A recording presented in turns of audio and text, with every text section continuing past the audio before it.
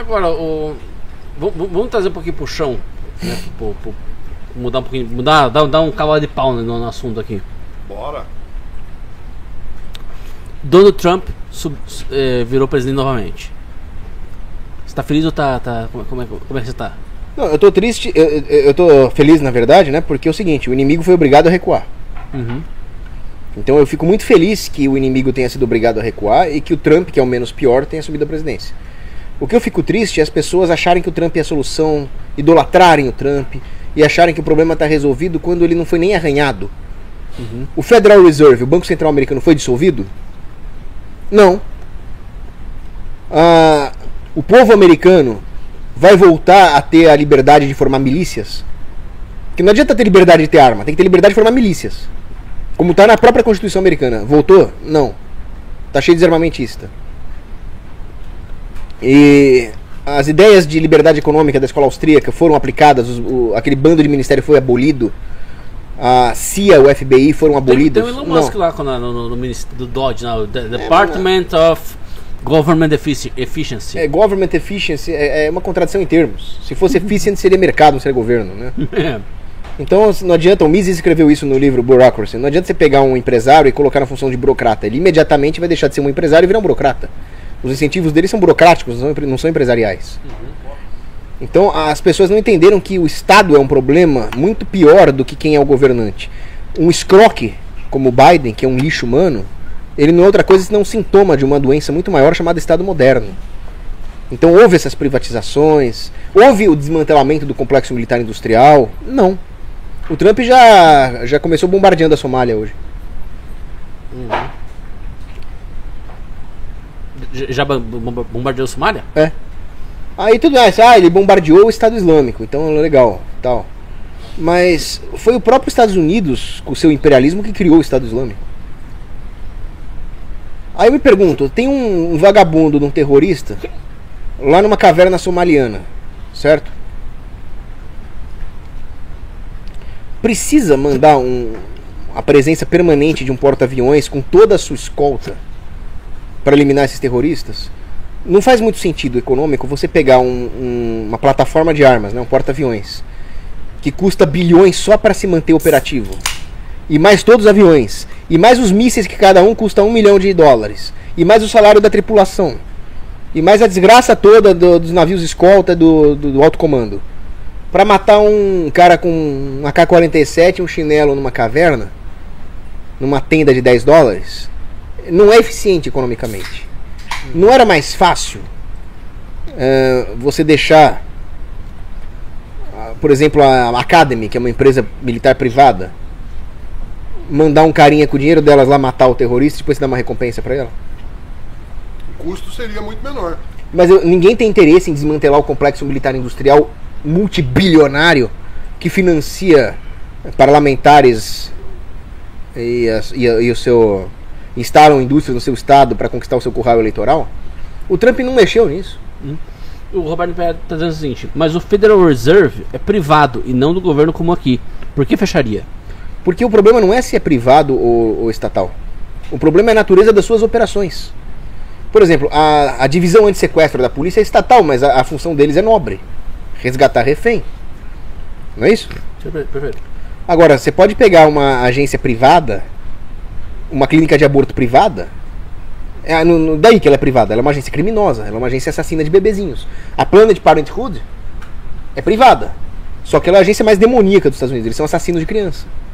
Então eu não estou discutindo se é privado ou se é estatal. A operação do Federal Reserve, que financia a dívida do governo usando a população como colateral e permite que os bancos fraudem o correntista, socorrendo esses bancos da quebradeira, é uma operação criminosa e o Federal Reserve deveria ser fechado porque ele é criminoso. Então a mesma coisa o Estado. Eu sou a favor de fechar a Anvisa, mas não a divisão de sequestro. Até sou a favor de privatizar a divisão de sequestro, mas por enquanto pode mantê-la. Perfeito. Então, e em relação à questão geopolítica, porque o Trump começou falando sobre já falou sobre deportação de imigrantes ilegais, etc, né? Que eu imagino que como libertário você não deva gostar muito dessa história. Mas Eu sou a favor do livre comércio. Mas ele fala muito sobre a ditadura do judiciário no Brasil, por exemplo. Não, é aí que tá. Quando o seu inimigo é forçado a recuar, você tem que aproveitar a oportunidade. Só que um inimigo recuando não se torna imediatamente seu aliado. Ele é só um inimigo recuando. Você tem o Trump assumindo e o Elon Musk defendendo a liberdade de expressão nas redes sociais e a crítica ao Xandão, a exposição à ditadura xandônica, é uma coisa que certamente nós temos que aproveitar. É maravilhoso. Mas não é o caso de adotar a atitude de agora os Estados Unidos é meu amiguinho. Não, não é. Olha para a história americana, é só opressão e imperialismo. Os caras derrubaram monarquias justas em vários países e mataram criança bombardeada e subjugaram economias inteiras. Os Estados Unidos não é bonzinho. Só que no atual momento, que nós temos um problema imediato, que é a ditadura xandônica, qualquer apoio do Elon Musk e do Trump é muito bem-vindo. Uhum. Não é pragmatismo, eu não gosto desse termo, mas tem uma postura estratégica. E por que você acha que existe aí é mais uma análise também cultural, né? O fenômeno Trump, o fenômeno das pessoas da população americana prestando atenção, por exemplo, em juristocracia no Brasil, prestando atenção, por exemplo, em aborto, porque hoje em dia, o movimento pró-vida nos Estados Unidos, por exemplo, teve um exemplo, né? Porque foram 50 anos de aborto nos Estados Unidos que conseguiu haver uma reversão importante, né? Que é o Roe v. Wade. Não é que proibiram o aborto nos Estados Unidos, mas conseguiram dar um cavalo de pau aí na história, né? Porque você tinha o entendimento da Suprema Corte de que a legalização do aborto tinha previsão constitucional. Isso nos Estados Unidos é muito grande. Aí de repente eles conseguiram virar isso aí e falaram assim, não, voltou para os estados, voltou para a lei ordinária, né? Pelo menos. Eu até acho isso errado. Não, mas pelo menos... Eu acho que o aborto deveria ser federalmente proibido, né? Perfeito, mas pelo menos entenderam que não existe previsão legal na Constituição para liberar o aborto nos Estados Unidos. Sim, é que essa é uma discussão interessante, Uhum. porque o Ron Paul, ele é contra o aborto, Certo. mas ele é mais contra ainda a destruição do federalismo. Então ele fala, eu sou a favor dos estados decidirem se abortam ou não, e não do governo federal impor a proibição do aborto. Eu discordo do Ron Paul. Imagina se os estados resolvem legalizar o estupro de ruivas. Eu falei, não, o Pacto Federativo ele tem uma função que é proteger a liberdade. Se você está deturpando isso para permitir a criação de uma lei aviltante, aí é o caso onde uma instância superior tem que intervir. Uhum. Agora, o aborto ele é pior ainda do que uma lei que permite estuprar ruivas. Ele é uma lei que permite assassinar bebês de todas as etnias. Sem dúvida. Então é claro que o governo federal tem que proibir o aborto.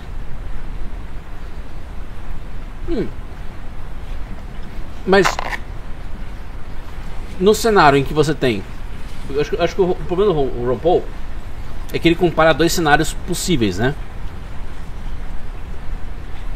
Um cenário em que você tem a proibição do aborto pelos estados, nos 51 estados, e o cenário em que você tem a proibição do estado, proibição do aborto pela federação.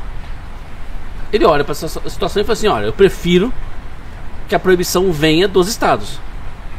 É porque o Ron Paul, ele acha que a autoridade de um governo federal de proibir o aborto é uma ameaça à liberdade muito grande. Mas eu acho que você relativizar o valor da vida humana permitindo que os estados decidam o aborto é uma ameaça à liberdade muito mais profunda do que uma mera intervenção do governo federal. Não, isso eu concordo com você. Mas aí no caso, você não estaria abrindo a janela, por exemplo, para você ter uma proibição mundial, por exemplo? O Estado Mundial? É. Então, o Estado Mundial, ele não deveria existir, por motivos óbvios. O poder corrompe, o poder absoluto corrompe absolutamente. Sem dúvida. Assim como o governo federal não deveria existir. Porque, originalmente, o que eram os Estados Unidos? Eram 13 colônias que criaram uma aliança militar para fazer frente à dominação britânica. E elas tinham o total direito de secessão, que quando os Estados Confederados quiseram exercer, eles foram covardemente invadidos pelo norte. Então, eu concordo que Washington não deveria existir, certo? Você ainda quer um... Não, obrigado. Eu concordo que Washington, o governo americano, né, o governo em Washington, não deveria existir. Mas ele existe. E aí é aquela frase do gladiador Gânicos, né? Algumas coisas nos são dadas pelos motivos errados. O que nós fazemos com elas é a verdadeira medida de um homem. Então é aquela coisa, as instâncias de poder superiores, elas têm que existir de forma contingente e o mais limitada possível. Então imagina o seguinte, vamos ter várias vilas de famílias. Para mim, o poder tem que estar nas famílias, não nos estados. Agora, tem um pai lá que abusa da filha. Aí você reúne as vilas, elege um chefe de clã e acaba com essa baixaria. Perfeito. Agora, não é por isso que agora vão ter um clã mundial. Não, você conseguiu resolver só com os chefes de clã? Então pronto. Agora, tem um problema muito maior que não precisa só de chefe de clã. Vai precisar ter um barão de uma área maior. Barão da área maior resolveu? Pronto. Pode até dissolver esse governo contingente e voltar para as localidades. É resolução de problemas. Sim. Temos um problema. Não temos um direito natural católico nos Estados Unidos, que é uma nação fundada não nos princípios cristãos, mas nos princípios maçônicos. Por isso as pessoas aceitam uma baixaria como aborto. Agora, tem um governo federal. Não devia ter, mas tem. O que você faz? Usa ele pro bem, proíbe o aborto em todos os estados. Ah, viola o pacto federativo. Dane-se, estavam violando a vida de um bebê. Perfeito. Paulinho, terminamos nosso churrasco aqui. Queria agradecer a você pela sua presença. Muito obrigado mais uma vez. Eu que agradeço, Ítalo, foi um grande prazer. Gostei muito da nossa conversa, gostei muito do nosso churrasco, Diegão. E, ô Jorge, não tem uns superchats aí, umas perguntas?